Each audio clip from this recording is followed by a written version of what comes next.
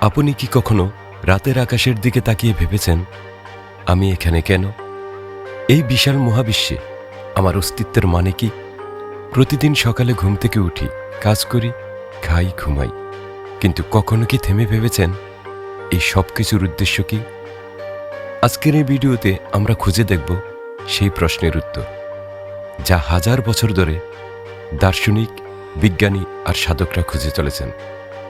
এই ভিডিও শেষে আপনার জীবন দেখার দৃষ্টিভঙ্গি পাল্টে যেতে পারে, তাই শেষ পর্যন্ত থাকুন আমাদের সাথে। কেন আমরা এখানে? এই প্রশ্নটা শুধু একটা দার্শনিক কৌতূহল নয়, এটা আপনার জীবনের দিক নির্দেশনা নির্ধারণ করে। যখন আপনি জানবেন আপনার অস্তিত্বের উদ্দেশ্য, তখন প্রতিটা সিদ্ধান্ত, প্রতিটা কাজ হয়ে উঠবে অর্থবহ। আমরা অধিকাংশ মানুষ বেঁচে থাকি সমাজের তৈরি করে দেওয়া পথে। লেখাপড়া করো, চাকরি করো, বিয়ে করো, সন্তান হোক, রিটায়ারমেন্ট, কিন্তু ভেতরে একটা শূন্যতা থেকেই যায়। সেই শূন্যতা বলে, এটাই কি সব?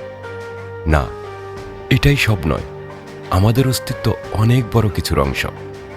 বিজ্ঞান বলে আমরা এখানে এসেছি বিবর্তনের মাধ্যমে, একটা দীর্ঘ জটিল প্রক্রিয়ার ফলাফল। কোটি কোটি বছর ধরে ক্ষুদ্র কোষ থেকে আজকের এই জটিল মানব সভ্যতা। কিন্তু বিজ্ঞান শুধু কিভাবে এর উত্তর দেয়, কেন এর উত্তর দেয় না। আপনি জানেন কি, আপনার জন্ম হওয়ার সম্ভাবনা ছিল 1 মধ্যে 400 ট্রিলিয়ন। মানে আপনার অস্তিত্বটাই একটা অলৌকিক ঘটনা। আপনার বাবা মায়ের দেখা হওয়া ঠিক সেই মুহূর্তে আপনার জন্ম। এসব কাকতালীয় নয়, এটা বিশেষ। তার মানে আপনার এখানে থাকার একটা কারণ আছে। প্রাচীন দার্শনিকরা 3টি মূল উত্তর দিয়েছেন এই প্রশ্নের। প্রথমত, সক্রেটিস বলেছিলেন, নিজেকে জানো। আমরা এখানে এসেছি আত্মজ্ঞান অর্জন করতে, নিজের ভেতরের সত্যকে খুঁজে পেতে। দ্বিতীয়ত, অ্যারিস্টটল বলেছেন, আমরা এখানে এসেছি সুখী হতে, কিন্তু সেই সুখ ভোগবিলাস নয়, নিজের সর্বোচ্চ সম্ভাবনা বিকশিত করা। তৃতীয়ত, এক্সিস্টেন্সিয়ালিস্টরা বলেন, আপনার জীবনের কোনো পূর্ব নির্ধারিত উদ্দেশ্য নেই, আপনিই তৈরি করবেন আপনার অস্তিত্বের অর্থ। 3টি দৃষ্টিভঙ্গি, কিন্তু একটা কমন সূত্র, আপনার অস্তিত্ব আপনার হাতে। আমাদের সনাতন দর্শন বলে, আমরা শুধু এই দেহ নই, আমরা আত্মা, অনন্ত, অবিনাশী চেতনা। গীতায় শ্রীকৃষ্ণ বলেছেন, অস্ত্র এই আত্মাকে কাটতে পারে না, আগুন পোড়াতে পারে না। আমরা এই পৃথিবীতে এসেছি শিখতে, বিকশিত হতে, কর্মফল ভোগ করতে এবং মোক্ষ লাভ করতে। প্রতিটা জীবন একটা স্কুল, প্রতিটা অভিজ্ঞতা একটা পাঠ। বৌদ্ধ ধর্মে বলে, আমরা এখানে দুঃখ থেকে মুক্তি পেতে, নির্বাণ লাভ করতে। সুফিবাদ বলে, আমরা এখানে আল্লাহর প্রেমে বিলীন হতে। সব ধর্মের মূল বার্তা এক, আমরা এখানে শুধু ভোগ করতে নয়, উন্নত হতে এসেছি। এবার আসি আপনার ব্যক্তিগত জীবনে। কিভাবে খুঁজে পাবেন আপনার অস্তিত্বের অর্থ?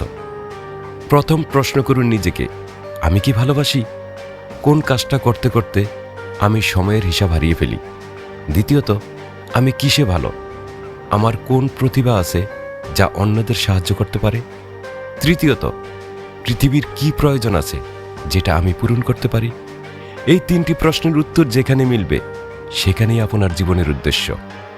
মনে রাখবেন, আপনার উদ্দেশ্য বড় কোনো বিশ্ব বদলানো বিষয় হতেই হবে না। হতে পারে আপনার পরিবারকে ভালোবাসা দেওয়া, শিশুদের শেখানো, বা শুধু প্রতিদিন একজন মানুষকে হাসানো। ছোট কাজ, বড় প্রভাব, যদি তা হৃদয় দিয়ে করা হয়। যখন আপনি বুঝবেন আপনার অস্তিত্ব একটা উপহার, তখন জীবনের প্রতি আপনার দৃষ্টিভঙ্গি বদলে যাবে। প্রতিদিন সকালে ঘুম থেকে উঠে ভাবুন, আমি জীবিত, আমার হৃদয় স্পন্দিত হচ্ছে, আমার ফুসফুস শ্বাস নিচ্ছে, কোটি কোটি কোষ একসাথে কাজ করে যাচ্ছে শুধু আপনাকে বাঁচিয়ে রাখতে। এটা কি অলৌকিক নয়?